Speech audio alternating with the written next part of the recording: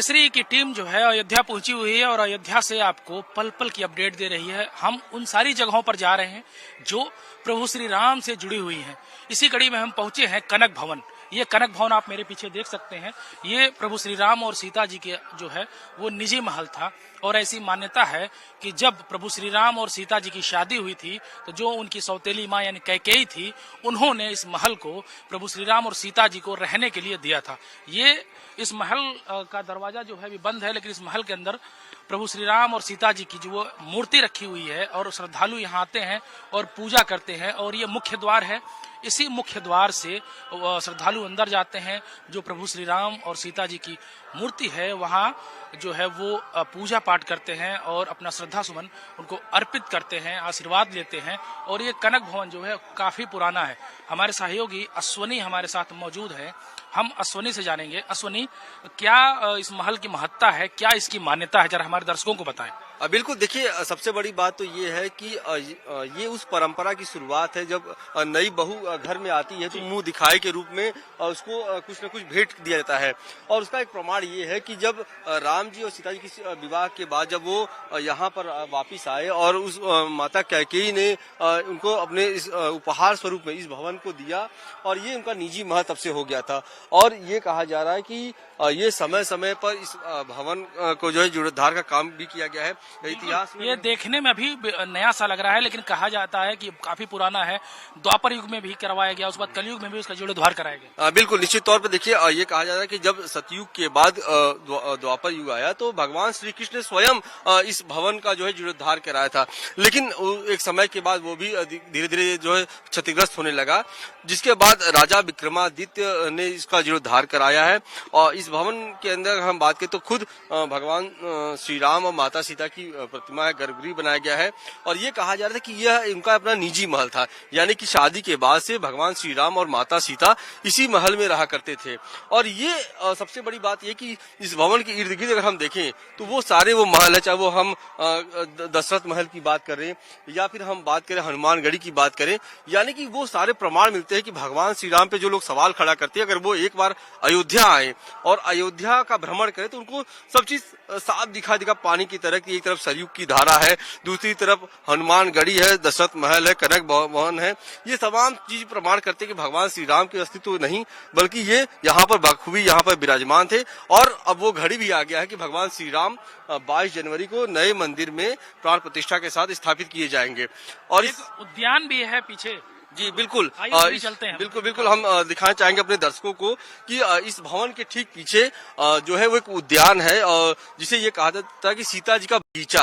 और ये भी कहा जाता है, जो इतिहास बताते हैं, जो यहाँ के पुजारी उनसे बातचीत हुई थी तो वो ही ये बता रहे थे कि माता सीता इस उद्यान में जब पूजा करने के समय जो फूल तोड़ने का काम था वो स्वयं करती थी और खुद वो जाती थी, फूलों को चुनती थी। और ये सामने आप देख सकते हैं जो जालियां लगी हुई हैं, तस्वीरों के माध्यम से दिखाना चाहेंगे कि वो पूरा बगीचा था, इसमें तमाम अलग अलग सुंदर सुंदर पुष्प लगे थे और उनको तोड़ने का काम स्वयं माता सीता करती थी, जबकि तमाम दासियां उनके पास थी।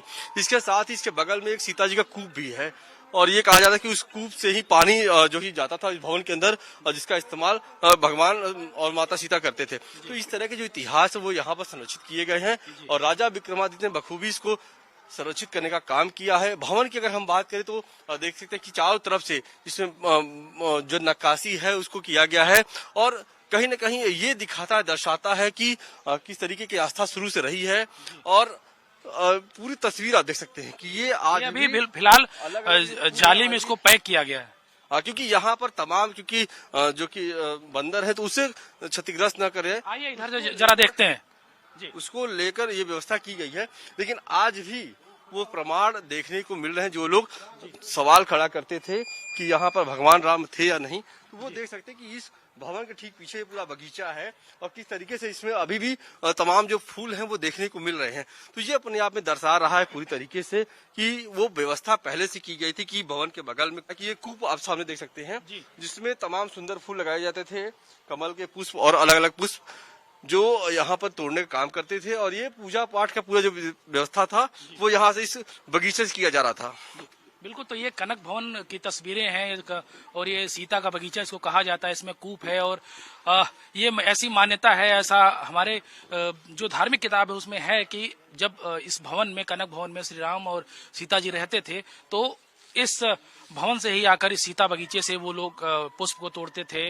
यहाँ एक कूप था, बगल में कुछ और भी विरासत की चीजें हैं, उनको संरक्षित किया गया है जालियों द्वारा, क्योंकि यहाँ पर जो बंदर हैं वो बहुत मात्रा में है, वो इन फूल पौधों को जो है नुकसान न पहुंचाएं, इसके लिए उसको पूरी जालियों से पैक किया गया है।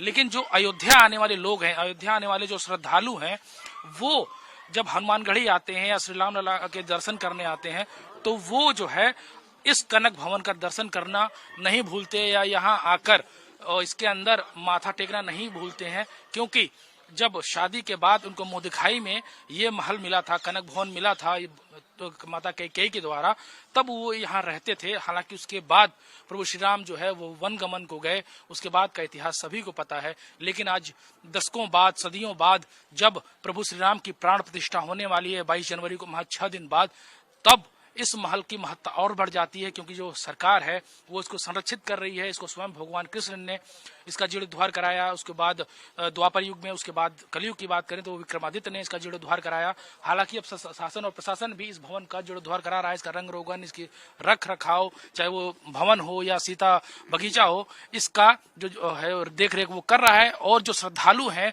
वो यहाँ आते हैं और इस महल को देखने के बाद वो अभिभूत होते हैं। इसी तरीके से हम आपको अयोध्या में जितने भी धार्मिक स्थल हैं, प्रभु श्री राम से जुड़े, हनुमान जी से जुड़े, सीता जी से जुड़े, उन सारे दर्शन, उन सारे आपको जो हेरिटेज स्थल है, उन सारी चीजों का हम आपको दर्शन कराएंगे। उन सारी जगहों के बारे में, इतिहास के बारे में हम आपको बताएंगे। आप बने रहिए पंजाब केसरी टीवी के साथ। हमसे जुड़े रहने के लिए हमारे YouTube चैनल को सब्सक्राइब करें और नई वीडियो की नोटिफिकेशन के लिए बेल आइकॉन को दबाएं।